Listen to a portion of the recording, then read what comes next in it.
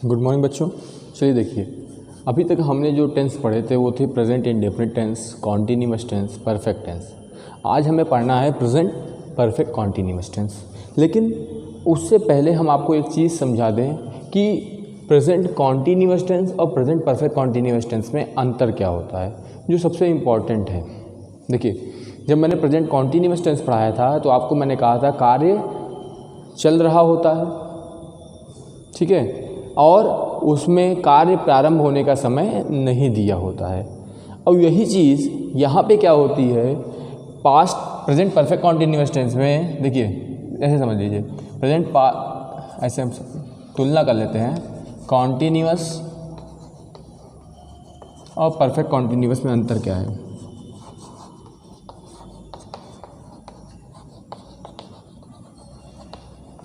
काम दोनों में चलेगा, क्या होगा, काम चल रहा है, इसमें भी चल रहा है, अंतर नहीं है। बस अंतर है तो क्या है, कार्य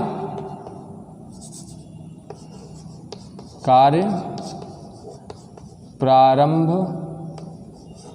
होने का समय।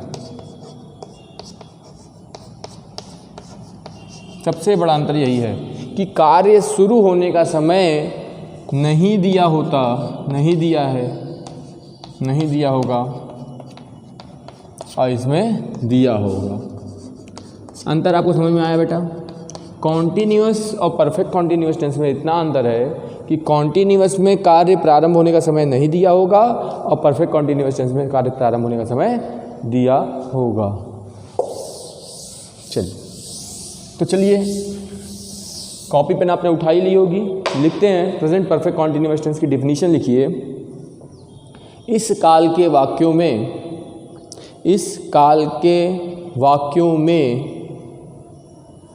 प्रकट होता है कि, इस काल के वाक्यों में प्रकट होता है कि कार्य भूतकाल में प्रारंभ हुआ था, मतलब पास्ट टेंस में प्रारंभ हुआ था, किंतु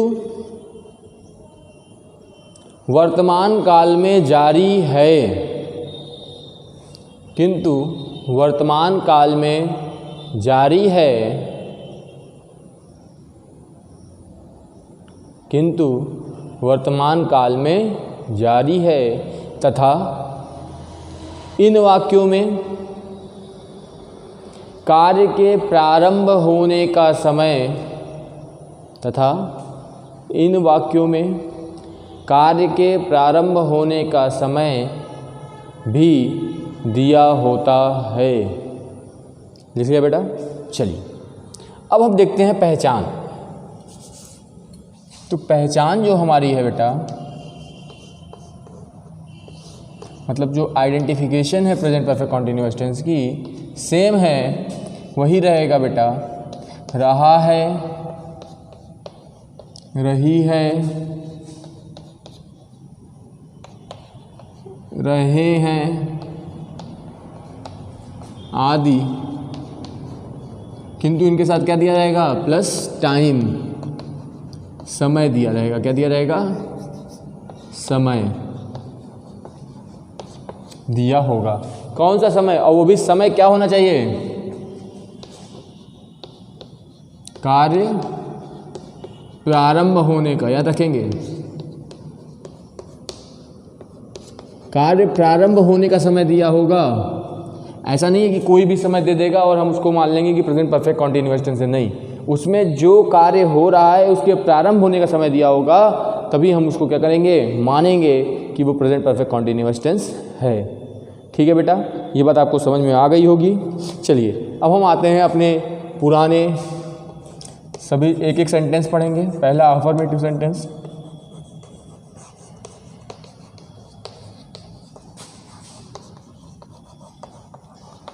तो ये अफर्मेटिव सेंटेंस मैंने आपको बार बार बताया है, मैं पिछले भी कई वीडियो में बता चुका हूँ। Affirmative sentence, negative sentence, single interrogative, double interrogative, इसमें अगर किसी को भी दिक्कत है तो वो क्या कर सकता है, मेरे पुराने वीडियो जो इसके डिस्क्रिप्शन में लिंक दिए हुए हैं उनसे जा करके देख करके समझ सकता है। चलिए देखते हैं बेटा, तो अफर्मेटिव का स्ट्रक्चर इसका कैसा बनेगा।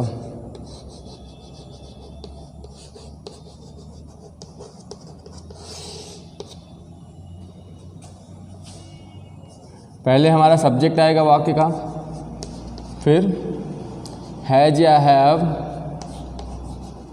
जो हमने हैज या हैव का प्रयोग था वो अभी हमने परफेक्ट टेंस में पढ़ा था, लेकिन फिर भी मैं यहाँ पे आपको थोड़ा सा फिर से एक बार दोहरा दूंगा। प्लस बीन प्लस वर्ब की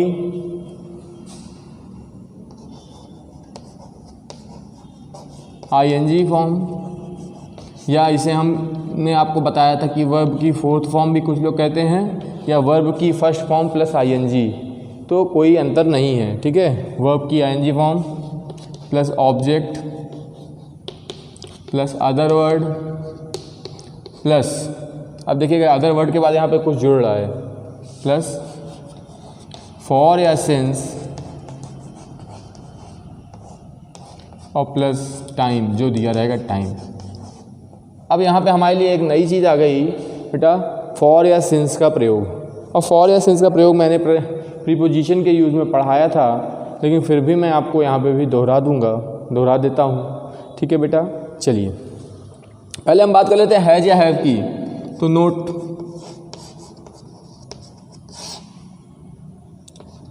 में पहला पॉइंट क्या है, हैज का प्रयोग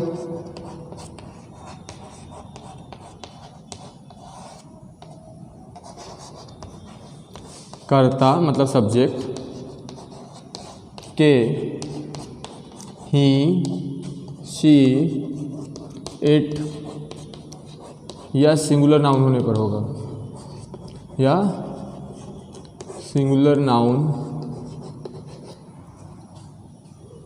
होने पर होगा।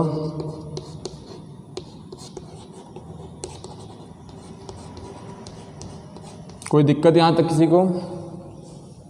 बोलिए बेटा। ठीक है बेटा, ठीक है। चलिए आगे देखते हैं। हैव का प्रयोग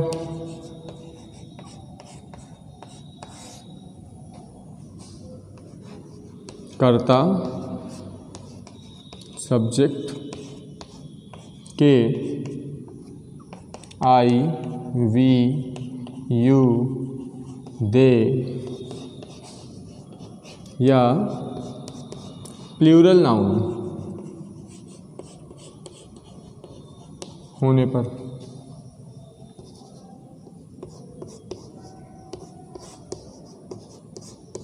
ठीक है बेटा। थर्ड पॉइंट, ये दो नोट लिख लीजिए, पहले इतना लिखिए बेटा।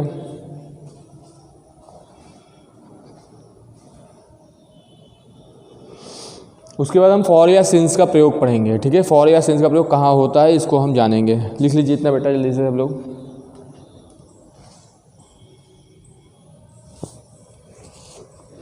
अब हम लिखेंगे थर्ड पॉइंट, समय दिखाने के लिए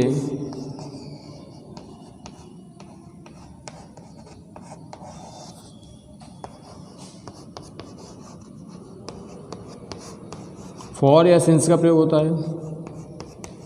फॉर या सिंस का प्रयोग होता है।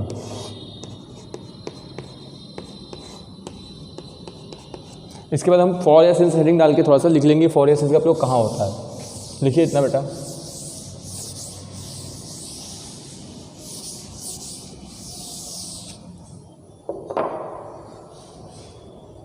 फॉर और सिंस का प्रयोग ध्यान से पढ़िएगा बेटा, क्योंकि आपके एग्जाम में फिल्म ब्लैंक में प्रीपोजिशन के यूज़ के लिए भी आता है। तो अब हम समझते हैं फॉर या सिंस का प्रयोग होता कहाँ है। देखिए बेटा, जो कोई एक समय जो निश्चित होता है, क्या होता है, निश्चित समय को दर्शाने के लिए हम किसका प्रयोग करते हैं, सिंस का। और समय अवधि को दर्शाने के लिए फॉर का। ऐसा समझा देते हैं आपको, समझ लीजिए। पॉइंट ऑफ टाइम ऐसे समझ लीजिए। Point of time, point of time मतलब कि एक निश्चित समय जो दर्शा रहा हो, जैसे मॉर्निंग, ठीक है, या आप कह सकते हैं 1992, ट्यूसडे, यस्टरडे, ठीक है, टुमारो, ये सब चीज़ें क्या हैं, एक पॉइंट ऑफ टाइम, एक निश्चित समय है कि हमने कहा कि 1992 में मंगलवार को सुबह, तो ये एक निश्चित समय है। लेकिन अगर पीरियड ऑफ टाइम की बात करें, जो एक कब से कब तक कार्य हुआ ये नहीं कंफर्म कर पाता, जैसे 2 hours, 3 days, ले लीजिए आप 5 months ले लीजिए। इसमें क्या है, यहाँ पे देखिए क्लियर नहीं हो रहा है। यहाँ पे समझिए 2 घंटे, कौन से 2 घंटे, हमने कहा वो 2 घंटे से खेल रहा है, कौन से 2 घंटे से खेल रहा है, कब से 2 घंटे से खेल रहा है, क्या कंफर्म, 3 दिन, 3 दिन कब, 3 दिन में हुआ, ठीक है, 3 दिन तो हुआ, लेकिन 3 दिन में तीसरा दिन जो था, पहले दिन जिस दिन उसने कार्य शुरू किया था वो कब था, ये कंफर्म नहीं हो पा रहा है। 5 months, 5 महीने, 5वें महीने से, तो 5वें महीने में कौन सी तारीख से, ये कंफर्म भी नहीं हो पा रहा है। अब देखिए जैसे कि हमने एकदम एक्यूरेट टाइम लिख देंगे, जैसे 7 PM, तो ये भी किस में आ जाएगा, पॉइंट ऑफ टाइम में आ जाएगा। जैसे कि मान लीजिए हमने 2 o'clock लिख लिया, तो ये सब क्या है, ये एक डेफिनेट टाइम है 2 बजे से, तो इन सब चीज़ के लिए क्या लगेगा, जो पॉइंट ऑफ टाइम होगा उसके लिए क्या लगेगा, सिंस, और जो पीरियड ऑफ टाइम होगा उसके लिए क्या लगेगा, फॉर। ये चीज़ का आपको ध्यान रखना है, मतलब ऐसा समय जो एक निश्चित समय बिंदु को दर्शाता हो उसके लिए सिंस, और एक जो समय अवधि को दर्शाता हो, मतलब कि इतनी देर तक, तो वो क्या कहलाएगा, उसके लिए फॉर। इस चीज़ आपको समझ में आ गई होगी। एग्जाम्पल देखते हैं बेटा।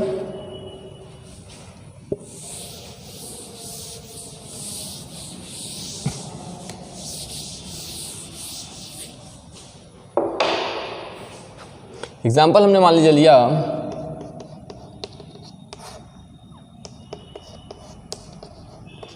वह 2 दिन से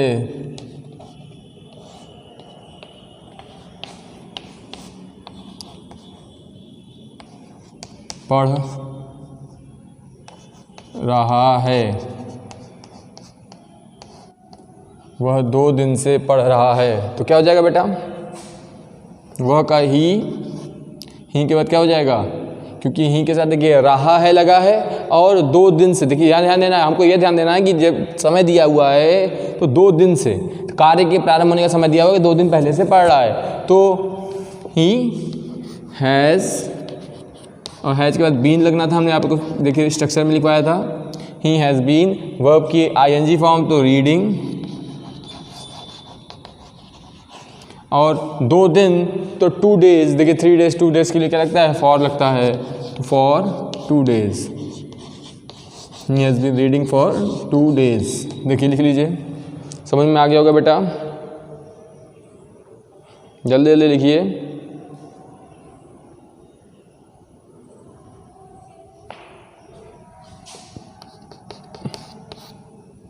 अगर हमने लिखा, मान लीजिए तुम सुबह से सो रही हो, तो क्या हो जाएगा, यू के बाद हैव बीन स्लीपिंग, और सुबह से लिखा है तो सुबह, मॉर्निंग, मॉर्निंग देखिए इसमें आया था ना, सिंस मॉर्निंग। जल्दी जल्दी लिखिए बेटा, लिखते चलिए, जहाँ किसी को दिक्कत हो वो पूछता भी चलेगा, लिखते चलिए जल्दी जल्दी।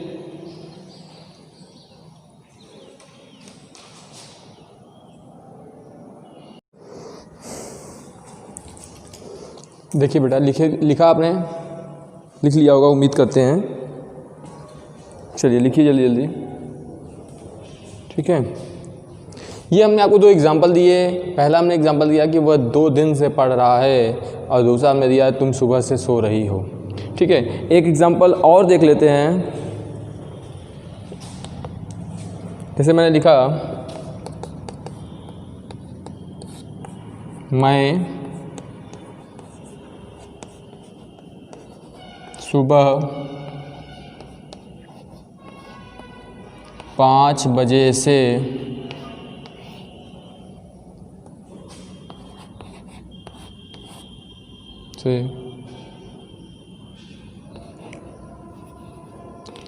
गंदे कपड़े, या गंदे कपड़े नहीं लिखते हैं, मैं सुबह 5 बजे से तुम्हें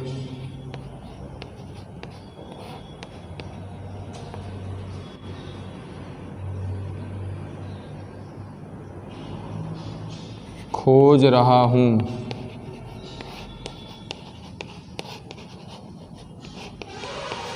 करिए, कौन बताएगा इसको, जल्दी बताएगा कोई। क्या हो जाएगा, देखिए, मैं का आई के साथ क्या लगता है, हैव बीन, और खोजना, खोजने की कौन बताएगा, खोजने की बताइए।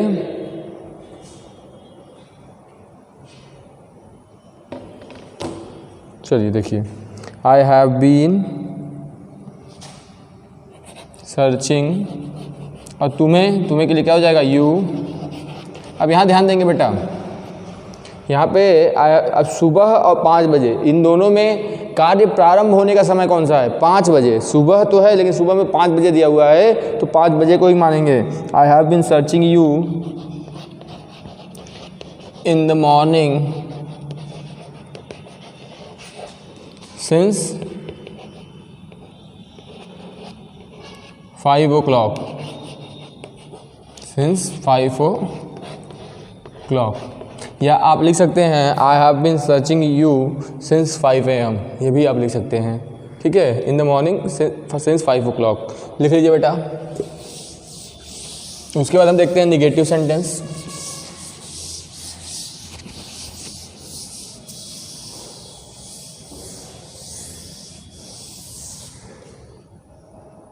चलिए देखिए, अब हम पढ़ते हैं निगेटिव सेंटेंस। तो बेटा कॉपी किताब में लिखते भी चलिए सब लोग, ठीक है बेटा। अब निगेटिव सेंटेंस की बात करें अगर, तो बेटा निगेटिव सेंटेंस का स्ट्रक्चर, जो हम सबसे पहले क्या पढ़ते हैं किसी भी सेंटेंस का, स्ट्रक्चर लिखिए। चलिए देखिए, सबसे पहले हम क्या करेंगे, सब्जेक्ट का प्रयोग करेंगे, फिर हैज़ या हैव का। किसी को कोई दिक्कत तो तुरंत हमें कमेंट करेगा बेटा। Plus not plus been plus verb की आईएनजी फॉर्म या वर्ब की फर्स्ट फॉर्म प्लस आईएनजी भी आप इसे कह सकते हो, plus object plus other word plus for या सिंस प्लस टाइम। तो देखिए बेटा, अभी तक हमने आपको जो बताया वही चीज़ है, सब चीज़ इसमें बस अंतर क्या है, इस अफर्मेटिव और नेगेटिव सेंटेंस में अंतर क्या गया, नॉट का आ जाएगा। फॉर या सिंस का प्रयोग वही रहेगा। फॉर या सिंस का प्रयोग फिर से मैं एक बार दोहरा देता हूँ। फॉर का प्रयोग किसके लिए, पार्ट ऑफ टाइम के लिए, एक समय अवधि के लिए, और ये पॉइंट ऑफ टाइम के लिए, एक निश्चित समय अवधि के लिए, निश्चित समय के लिए, पॉइंट ऑफ टाइम के लिए सिंस, और पार्ट ऑफ टाइम के लिए फॉर। जो अभी हमने आपको लिखवाया था कि फॉर का प्रयोग कहाँ कहाँ होगा, किस किस समय के लिए होगा, सिंस का प्रयोग किस किस समय के लिए होगा। ठीक है, चलिए एग्जाम्पल देखते हैं बेटा। इतना लिखिए सब लोग, जल्दी जल्दी लिख लीजिए बेटा।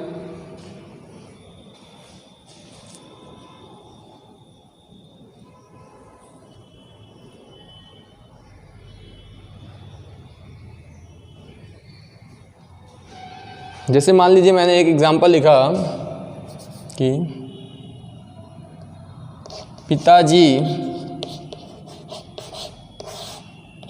मुझे 2 साल से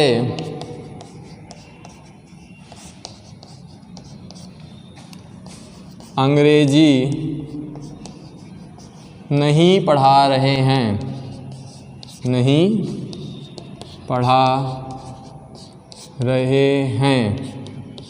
अब चलिए इसको बना के दिखाइए बेटा, जल्दी से कमेंट करिए, जिसको आता हो कमेंट करें। 2 मिनट हम इंतजार, 1 मिनट इंतजार करेंगे, आपके पास 30 सेकंड हैं, जल्दी करें।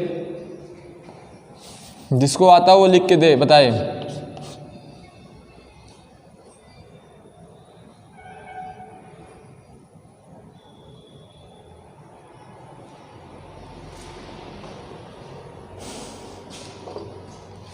बताइए बताइए, मैं इंतजार कर रहा हूँ, मैं देख रहा हूँ, बताइए। चलिए देखिए, कुछ लोगों ने थोड़ा थोड़ा सही बताया है, कुछ लोगों ने बिल्कुल गलत बताया है, ध्यान देंगे। तो पिताजी मुझे 2 साल से अंग्रेजी नहीं पढ़ा रहे हैं। कौन नहीं पढ़ा रहा है? पिताजी। तो पिताजी की इंग्लिश क्या होती है? फादर। अब फादर के साथ हैज लगेगा कि हैव? हैव कि हैज? हैज लगेगा क्योंकि एक वचन संज्ञा है। Father has not been. अब पढ़ाना, पढ़ाने की इंग्लिश क्या होती है? पढ़ने की, अब पढ़ाने में अंतर है ना, टीचिंग। क्या नहीं पढ़ा रहे हैं बेटा? इंग्लिश। अब देखिए हम ध्यान दे लेते हैं, पिताजी की इंग्लिश लिख लिया, मुझे 2 साल बच गया, अंग्रेजी की हो गई, पढ़ा रहे हैं की हो गई, मुझे बच गया, तो has not been teaching English to me, या मी इंग्लिश भी आप लिख सकते थे, टू मी या मी इंग्लिश। इसमें हमने आपको बताया था, जब हमने ऑब्जेक्ट पढ़ाया था तो क्या बताया था? ये एक डायरेक्ट ऑब्जेक्ट है और ये इनडायरेक्ट ऑब्जेक्ट है। अगर डायरेक्ट ऑब्जेक्ट के बाद इनडायरेक्ट ऑब्जेक्ट आता है तब टू का प्रयोग नहीं होता है, लेकिन अगर इनडायरेक्ट ऑब्जेक्ट के बाद डायरेक्ट ऑब्जेक्ट आता है तो टू का प्रयोग करते हैं। ये हमने आपको पढ़ाया था। अगर आपको नहीं समझ में आ रहा हो तो आप हमारा जो पार्ट्स ऑफ स्पीच का हमने पढ़ाया है उस वीडियो को आप देख करके समझ सकते हैं, ठीक है। Father has been teaching English to me, और 2 साल से तो क्या हो जाएगा? For 2 years. सिंस क्यों नहीं लगेगा? सिंस इसलिए नहीं लगेगा कि कौन से 2 साल, देखिए मान लेते हैं, जैसे कि आज हम एग्जांपल ले लेते हैं, आप छोटा सा एग्जांपल आपको समझा देते हैं। मान लीजिए ये आज तारीख हो गई, मान लेते हैं 1 सितंबर हो गई, आज एक एग्जांपल ले रहे हैं, 1 सितंबर हो गई, ठीक है। आज 1 सितंबर नहीं है, लेकिन हम मान लेते हैं 1 सितंबर हो गई। 1 सितंबर की तारीख है, आज मैंने कहा पिताजी मुझे 2 साल से नहीं पढ़ा रहे हैं, तो मान लेते हैं ये 2020 है, तो क्या 2018 की 1 सितंबर से पहले तक पढ़ाया था उन्होंने? नहीं ना, श्योर नहीं है।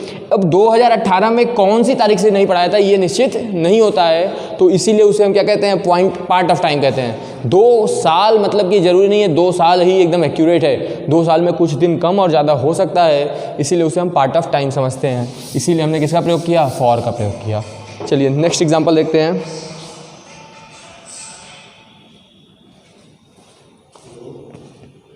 नेक्स्ट एग्जाम्पल देखते हैं बेटा।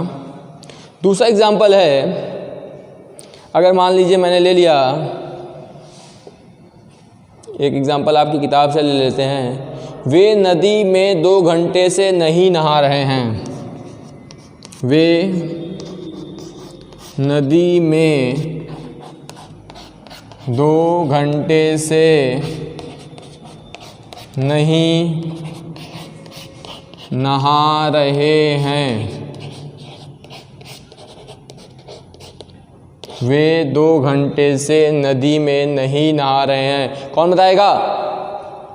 ध्यान दीजिएगा, यहाँ पे वे के लिए जो हमने लगाया है, यहाँ पे बिंदी हमने लगा दी है। अगर सिर्फ वे होता तो वे ही भी हो सकता था, लेकिन यहाँ पे वे है तो यहाँ पे क्या होगा? हमने बताया था है और हैं में अंतर। हैं है तो प्लूरल है, बहुवचन है, तो हम क्या करेंगे? यहाँ पे दे का प्रयोग करेंगे ना। क्यों दे का प्रयोग? इसलिए करेंगे क्योंकि यहाँ पे क्या लिखा है? हैं लिखा है। अगर है लिखा होता तो ही का प्रयोग करते, हैं लिखा है तो दे का प्रयोग होगा। तो दे have not been,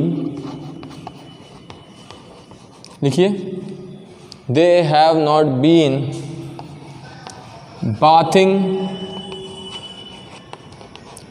in the river. They have not been bathing in the river. और कब से?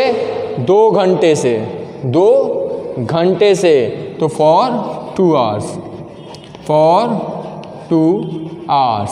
लिख लीजिए जल्दी से।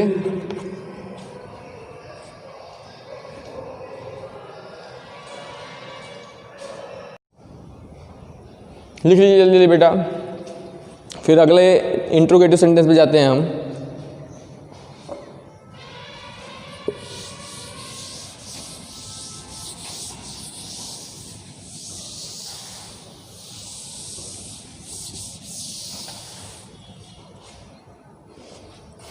जल्दी जल्दी लिखिए।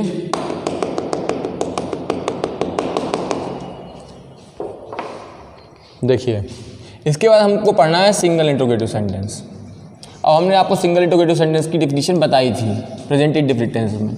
नहीं समझ में आती हो, डिस्क्रिप्शन में लिंक दिया हुआ है, उससे आप जा करके प्रेजेंट इंडेफिनिट टेंस में देख सकते हैं।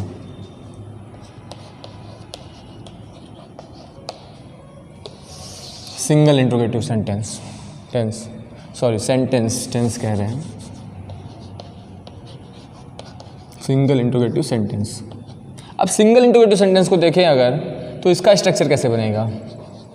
कोई अंतर नहीं है, बस जो हेल्पिंग वर्ब है वो क्या होगी, सबसे पहले आ जाएगी। मतलब हैज या हैव पहले आ जाएगा, फिर सब्जेक्ट, फिर अगर हमारे सेंटेंस में नॉट है तो प्रयोग होगा, नहीं तो नहीं होगा, प्लस बीन प्लस वर्ब की first form plus ING plus object plus other word plus for या सिंस।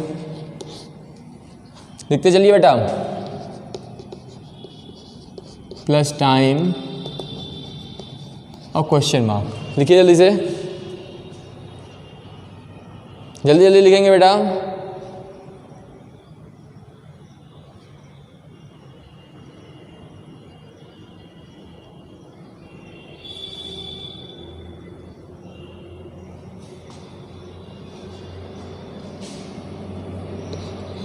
एग्जाम्पल देखते हैं। क्या तुम 1980 से इस मकान में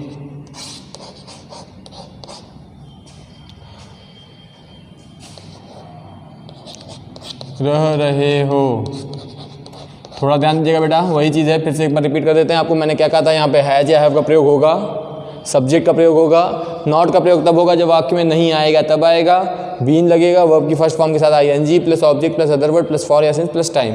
ये चीज़ें आपको समझ में आ गई होंगी। लिखिए जल्दी जल्दी। क्या तुम 1980 से इस मकान में रह रहे हो? देखेंगे क्या बनेगा, क्योंकि तुम है तो हैव लगेगा, हैव यू बीन, रहना तो लिविंग, अब किस में, इस मकान में, इन दिस हाउस,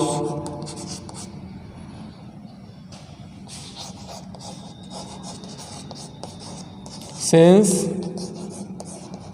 क्योंकि एक निश्चित ईयर दिया हुआ है 1980 एक निश्चित ईयर दिया हुआ है, तो क्या लगाएंगे, सिंस और 1980 1980 लिख लीजिए बेटा। उसके बाद दूसरा एग्जांपल देखते हैं।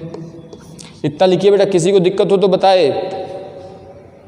अच्छा बेटा, ठीक है लिखिए लिखिए लिखिए।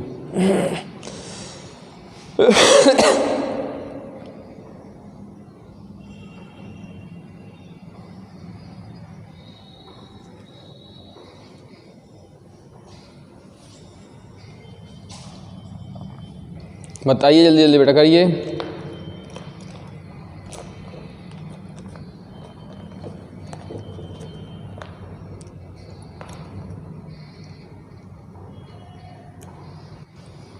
चलिए देखिए, क्या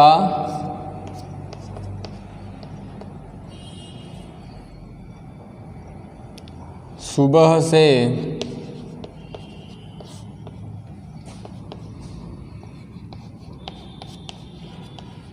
वर्षा हो रही है।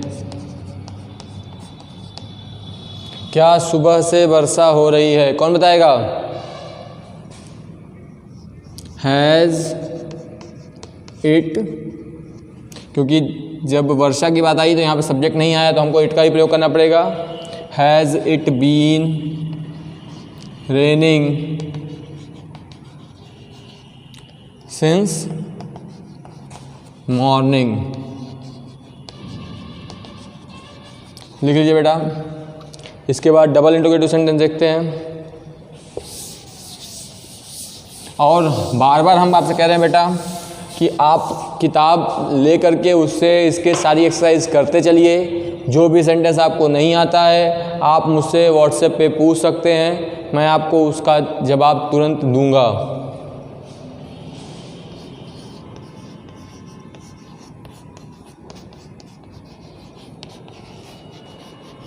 डबल इंट्रोगेटिव सेंटेंस, पहले आसान सेंटेंस बनाइए, उसके बाद थोड़ा सा डिफिकल्ट पे जाइएगा, परेशान नहीं होइए, सब आ जाएगा बेटा। डबल इंट्रोगेटिव सेंटेंस करिए।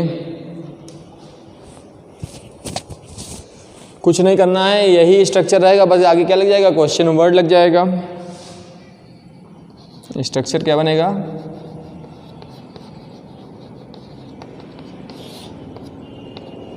सबसे पहले आ जाएगा क्वेश्चन वर्ड प्लस हैज या हैव प्लस सब्जेक्ट प्लस अगर नॉट है तो प्लस बीन प्लस वर्ब की first form V1 plus ING plus object plus other word plus for या सिंस और फिर टाइम जो दिया रहेगा। लिख लीजिए बेटा जल्दी जल्दी, एग्जाम्पल देखेंगे इसके।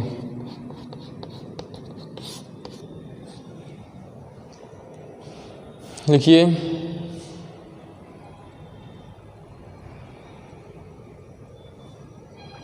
एग्जाम्पल लेते हैं। तुम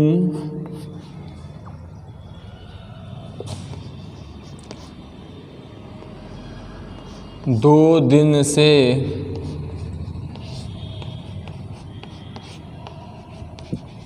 यहाँ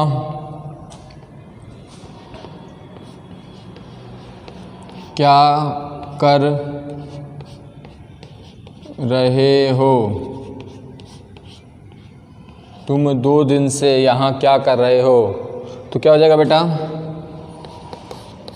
क्या के लिए क्या हो जाएगा? What have you been doing here. कैसे हमने बनाया? क्या की इंग्लिश लिखी हमने वॉट के बाद तुम यू सब्जेक्ट है तो यू के लिए हैव आया। वॉट यू हैव बीन, कर रहे हो तो डू का ING फॉर्म डूइंग, और यहाँ के लिए हियर, और 2 दिन से तो क्या हो जाएगा? For 2 days, for 2 days. लिखिए बेटा जल्दी करेंगे, 1-2 एग्जाम्पल और करते हैं।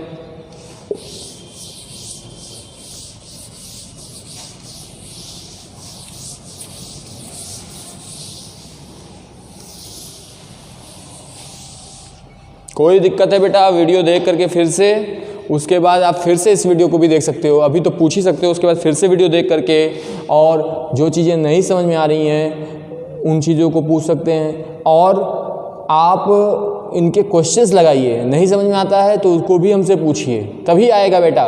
जितनी आप एक्सरसाइज करोगे उतना ही आएगा। ये translation active acid direct indirect एक ऐसी चीज़ है जैसे मैथ होती है, जितनी आप एक्सरसाइज करते हो उतना अच्छे से आपको आ जाता है। उसी प्रकार से जितना आप ट्रांसलेशन करोगे उतना ही अच्छे से आपको आएगा, और नहीं करोगे तो बेटा संभव नहीं।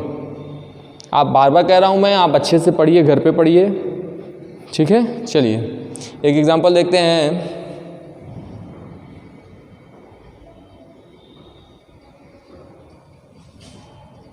हमने लिखा अगर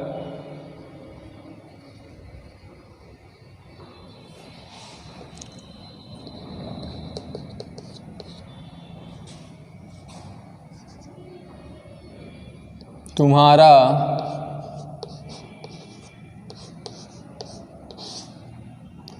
शाम को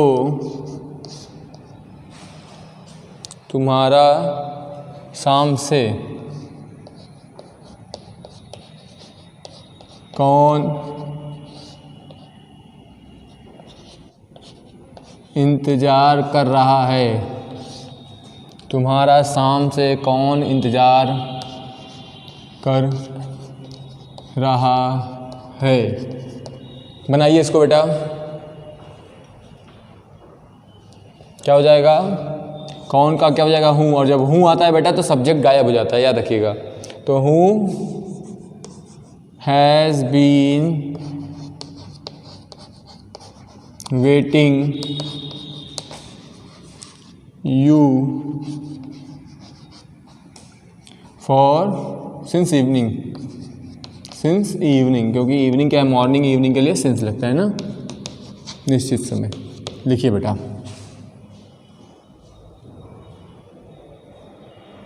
एक एग्जांपल और देखते हैं थोड़ा सा। जब मान लीजिए मैंने ले लिया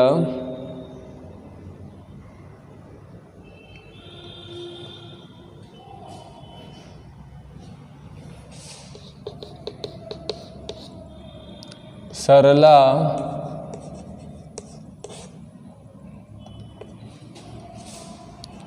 दो साल से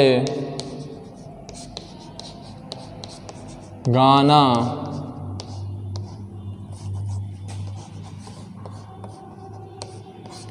क्यों नहीं गा रही है, क्यों नहीं गा रही है। बनाइए बेटा, सरला 2 साल से गाना क्यों नहीं गा रही है, क्या हो जाएगा बेटा, क्योंकि इंग्लिश होती है वाई, और वाई के बाद क्या लगेगा, हैज़। सरला सब्जेक्ट है हमारा, तो सरला, और नॉट भी आया है, नहीं है तो क्या होगा, why has Sarla not been. देखिए हमने वाई लिखा, फिर हैज़ हैव लगाया, फिर सब्जेक्ट लगाया, फिर नॉट, फिर बीन, तो why has Sarla not been singing a song. और कब से नहीं गा रही है, 2 साल से, फॉर 2 ईयर्स। ठीक है बेटा, फॉर 2 ईयर्स लिख लीजिए बेटा। जहाँ तक इसमें किसी को ना समझ में आया हो वो हमसे पूछ सकता है। बार बार मैं आपसे कह रहा हूँ बेटा, अगर आपको कोई चीज़ नहीं समझ में आएगी आप मुझे कमेंट करके पूछ सकते हो। कमेंट करने में अगर आपको दिक्कत हुई या नहीं कर पाए या कोई इशू रहा तो आप क्या बेटा, मुझे आप फ़ोन करके या व्हाट्सएप करके भी पूछ सकते हो। मोस्टली आप व्हाट्सएप करेंगे ज़्यादा अच्छा होगा, आपको 1 दिन के अंदर ही जवाब मिल जाएगा। मैं आपसे बार बार कह रहा हूँ, अगर कोई बच्चा जिसके पास मेरा नंबर ना हो तो मैं फिर से एक बार नंबर लिख दे रहा हूँ बेटा।